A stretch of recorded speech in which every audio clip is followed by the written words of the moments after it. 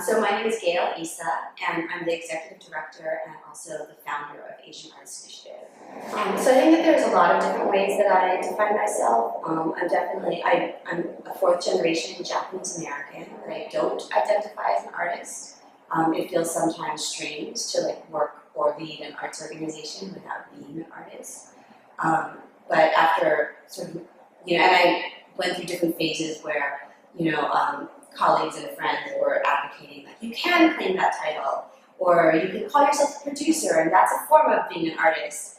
But I actually feel like finally now, after 2.5 decades of my career, I feel at peace with my creative work being about making the space for myself and other people within our community to create art. I think you may know Asian Arts Initiative was originally founded in response to community concerns about racial tensions, especially between Black and Asian communities. And I think that even though there's a lot of dialogue and coalition building that has happened in the past 25 years, at a grassroots level, there's still a lot of misunderstanding and a lot of tension that still exists. And that we as an organization are still grappling with how can we as an arts organization kind of best intervene or facilitate or make change. Have the mixed blessing or privilege of operating in a larger cultural community and the larger city of Philadelphia, where that dynamic is not at all the case. Currently, I am a member of the Pennsylvania Council on the Arts, and there are 22 members of the council representing the state of Pennsylvania, and 2 of us are people of color. One of the things that I would just encourage other people of all generations is to really just take the time to appreciate the moment and to prioritize being with the people who we care about most. My name is Denise Froman. I am from New York City, born and raised. I am a queer woman. I am a Jew-Yorican.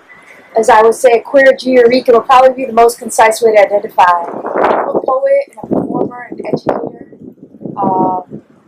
that uses my voice and poetry as a vehicle for social change and talk about the concept of identity that really reimagine power, to use poetry as a way to celebrate my communities and affirm my communities, but also challenge my communities and challenge myself. What have I not been willing to sacrifice? My commitment to young people. That's not a negotiable thing. My commitment to not being treated as if I can only talk about one identity. If anyone invites me to work with them or wants to highlight my work, they've got to highlight all parts of my work. They can't just highlight the queer part without highlighting the Latina part, without highlighting the mixed part, without highlighting the masculine center part, without highlighting the educator, the performer, without highlighting the teacher.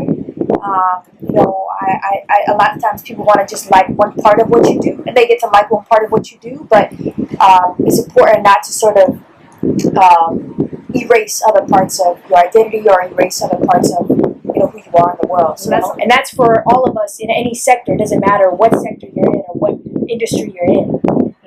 My hope is that when we crack the door open for ourselves, or when it gets cracked open for ourselves, and when we're in there, we crack it open a little bit more, and we keep saying the names of people who are not there until we get the opportunity to bring them along and have them say their own names.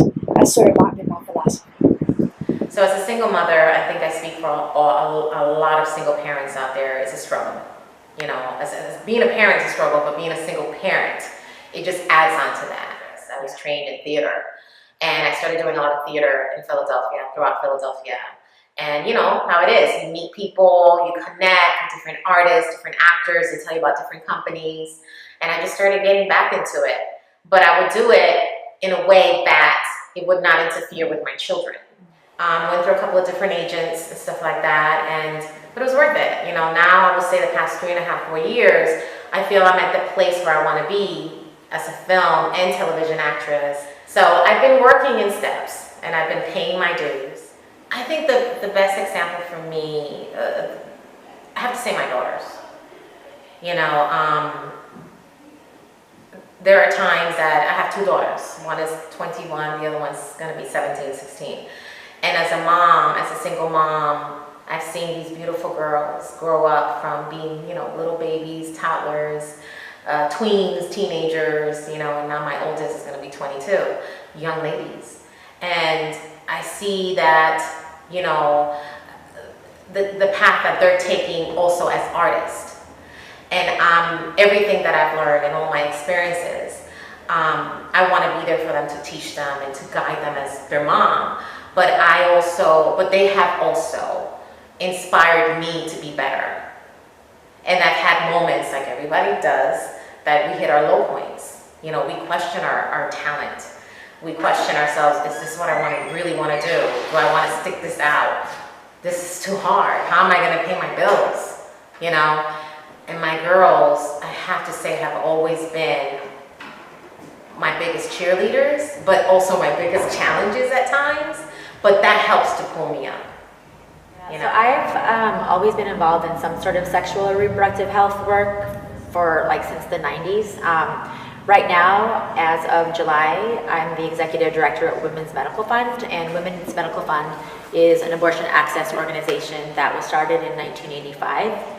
And I'm drawn to the work because the fund was started in a direct response to the fact that in Pennsylvania in 1985, they enacted our own version of what's called the Hyde Amendment federally. And so the Hyde Amendment is this really grotesque piece of legislation that prevents anybody on Medicaid from using their insurance to pay for an abortion. So as you can imagine, it's a direct hit on poor folks, on folks of color. And so the fund was created really as a way to offset the costs that people would incur. And when this position became available, a few folks reached out saying, you should go for this, knowing my background and my passion. And I was like, no, I have no desire to be an executive director. Like, that's not what I want to do, But I was really compelled and felt drawn to the work because I sat down with the former executive director who was there for 14 years. And I said, what's up? What's going on? Why are you leaving?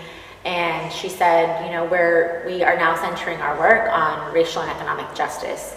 And I feel like in order for that work to continue, that it would be important for me as a white woman in her 60s to step aside.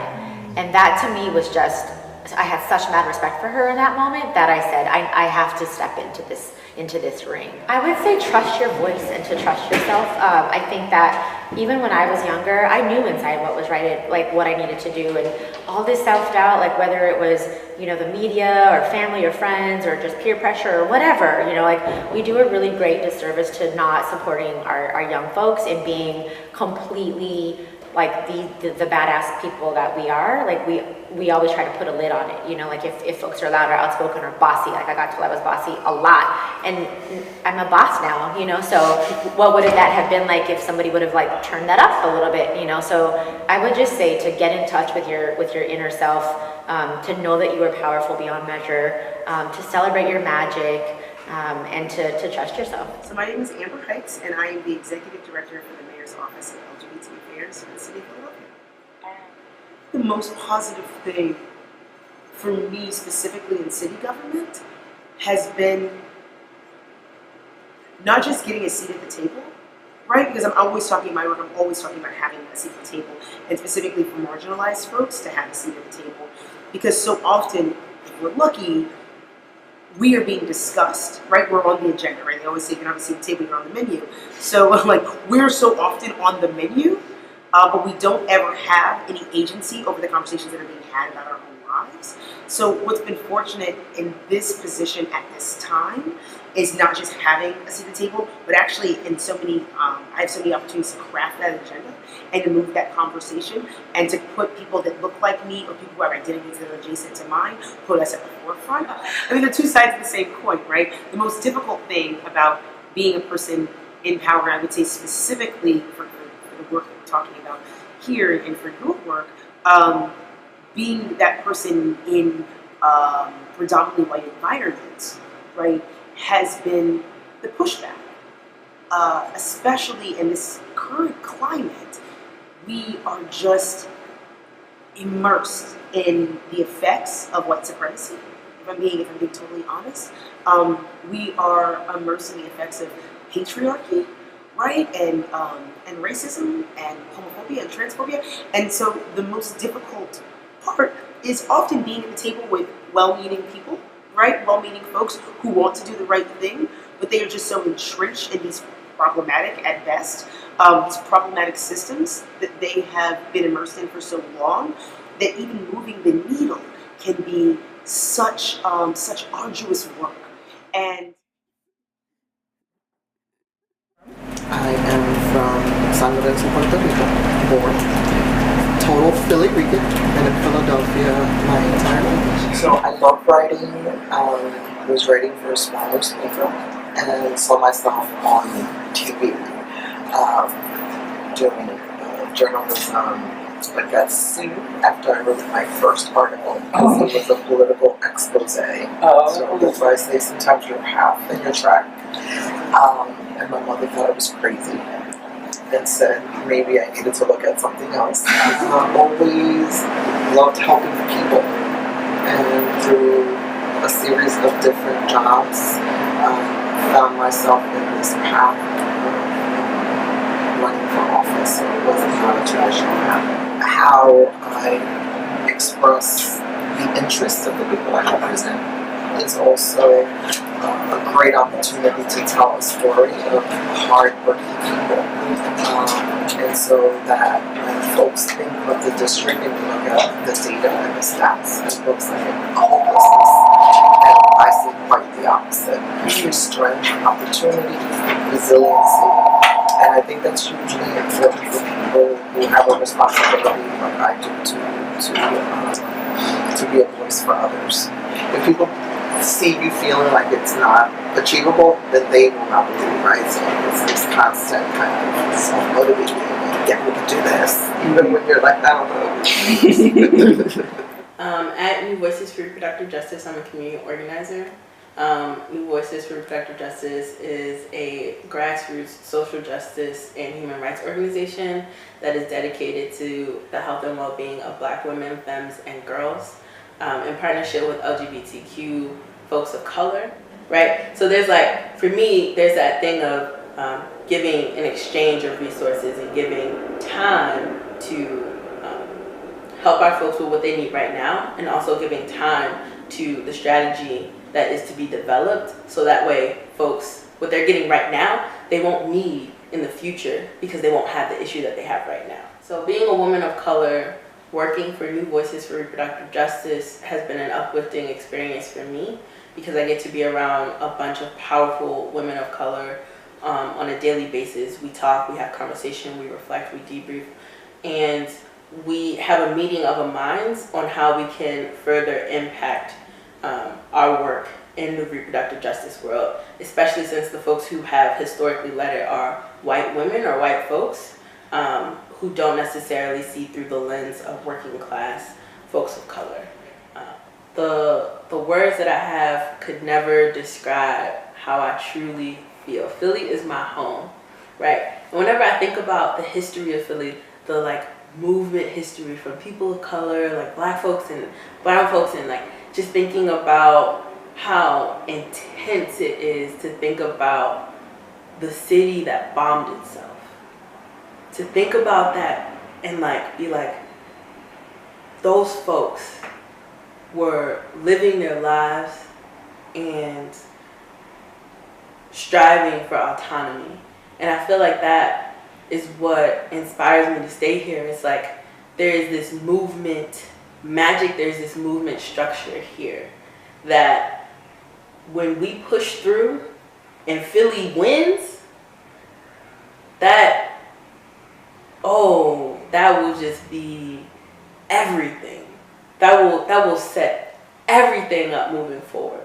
I love when people ask me about ancestors because I'm just like, there are so many ancestors to pull from. There's so many ancestors who are alive, still with us. There are some who have moved on to a different part of life. And every time I get asked this question, there's one person who pops up in my mind. And it's Auntie Nina. Auntie Nina Simone. She sings to me when times are hard. She sings to me when I'm thinking about how gorgeous I am. She sings to me when I need a little direction. So I was the deputy mayor for public engagement for the city of Philadelphia for Mayor Jim Kinney. I loved that job. I loved that it was a culmination of what I'd been doing about making sure the paradigm information equal power is real for people. And I did that when I was a scientist. I've done that as an activist, and I wanted to do it as a public servant. So I've always had that sense of creating solidarity, having broad coalitions. Those have been always important. And as an immigrant in this country, I don't have a lot of people from my community, so I have to build coalitions. And my coalitions have been with communities of color. That's who's embraced me, that's who have supported me, that's who have looked after me. So that's who I work with. People don't scare me. Other people telling me, don't do this because you're gonna step on toes. I'm like, I face rape and death right in the face. I'm not afraid. So my little one, well, she's not little, she's 17. She told me when I was changing from I was running for a congressional seat, and that seat was redistricted away. There was no seat, and I was thinking what I'm going to do. She said, "You better not quit. You're going to find something else to do because you've built up this momentum. People are counting on you." She said that to me.